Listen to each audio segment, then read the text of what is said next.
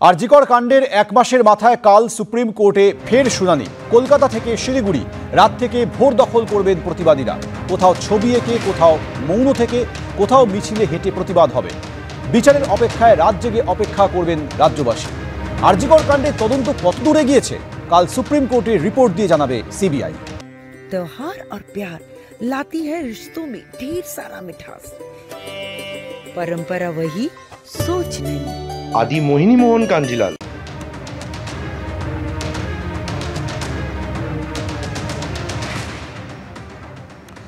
এর আগে আরজিকর মেডিকেলে চিকিৎসককে ধর্ষণ ও খুনের মামলায় গত 22 আগস্ট সুপ্রিম কোর্টে চাঞ্চল্যকর অভিযোগ করেন সিবিআই এর আইনজীবী তথা সলিসিটর জেনারেল তুষার মেহতা। তিনি বলেন, তদন্তে সমস্যার সম্মুখীন হতে হচ্ছে। অপরাধের জায়গা আগের মতো নেই, তার চরিত্র বদল হয়ে গেছে। সলিসিটর জেনারেল অভিযোগ করেন, ধর্ষণ খুনের 5 দিন পর সিবিআই তদন্ত শুরু করেছে। ততদিনে সবকিছু বদলে দেওয়া হয়েছে। সিবিআই জানতই না অভিযুক্ত মেডিকেল পরীক্ষা করা হয়েছে।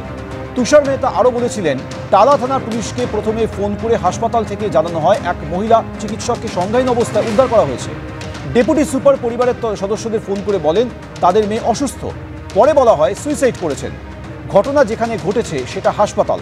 আধিকারিকরা সবাই চিকিৎসক, তারা দেখলেই তো বুঝতে পারবেন কোনটা অজ্ঞান, কোনটা সুইসাইড, কোনটা খুন।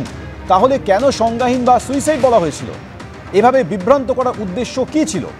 আপত্তি জানিয়ে রাজ্যের আইনজীবী বলেন, কোনো কিছুই পরিবর্তন করা হয়নি, পুরো ঘটনার ভিডিওগ্রাফি করা হয়েছে। এরপর প্রধান বিচারপতির বেঞ্চ বলে, ঘটনার তথ্য প্রমাণ সংরক্ষণে দেরি করা হয়েছে। খুনের জায়গা থেকে তথ্য প্রমাণ লোপাটের আশঙ্কা থেকেই যাচ্ছে। গত 22 আগস্ট সর্বোচ্চ আদালতে প্রধান বিচারপতির বেঞ্চ সবথেকে বড় যে প্রশ্ন তুলেছিল তা হলো, ময়নাতদন্তের পর কি করে অস্বাভাবিক মৃত্যুর অভিযোগে এফআইআর দায়ের হতে পারে? ঘটনার পরপরই কেন কলেজ কর্তৃপক্ষ এফআইআর করেনি? অধ্যক্ষের তো অবিলম্বে এফআইআর করা উচিত ছিল, তিনি তা করেননি কেন? ইস্তফা দেওয়ার পরই কি করে অধ্যক্ষকে অন্য মেডিকেল কলেজে নিয়োগ করা হয়েছিল? প্রশ্ন তোলে সুপ্রিম কোর্ট। আরজিকর কাণ্ডে প্রতিবাদে রবিবার রাত দখল কর্মসূচির আগেই শনিবার মাঝরাতে রাস্তা দখল কর্মসূচি হলো। যাদবপুরে রাস্তার ওপরে ছবি এঁকে বিচারের দাবি জানালেন শিল্পীরা। কর্মসূচিতে যোগ দিয়েছিলেন সাধারণ মানুষও। যাদবপুর 8B বাসস্ট্যান্ড থেকে যাদবপুর বিশ্ববিদ্যালয়ের 4 নম্বর গেট পর্যন্ত রাস্তায় ছবি এঁকে ধ্বনিত হলো প্রতিবাদ। গতকাল রাত 10:30 থেকে আজ ভোর 5টা পর্যন্ত চলে এই কর্মসূচি।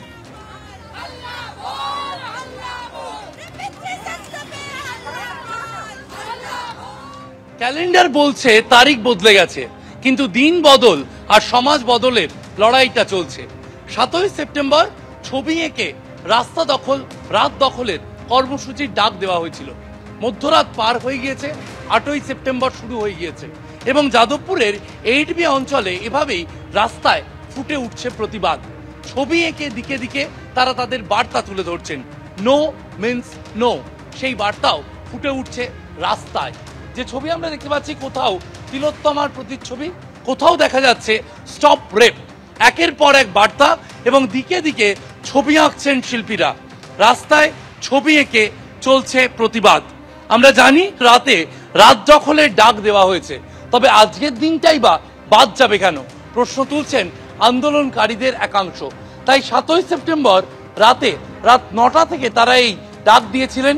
ছবি এঁকে রাস্তা দখল করে সমাজ বদলের অঙ্গীকার করতে তারা জড়ো হয়েছিলেন। অনেকে আবার এক ছবি অনেকে মিলে তারা ফুটিয়ে তুলছেন। কেউ সাদা রং দিয়ে ছবি আঁকছেন, তো কেউ সেই ছবিতেই লাল রং ফুটিয়ে তুলছেন, কেউ বা একেবারে কালো রং ব্যবহার করছেন। সেই পিচ রাস্তায় টুকরো টুকরো ছবি ফুটে উঠছে, আর ফুটে উঠছে এই শিল্পীদের সকলের সম্মিলিত প্রতিবাদ। ক্যামেরায় ভগবান শাহের সঙ্গে শিবাশিস মৌলিক, এবিপি আনন্দ।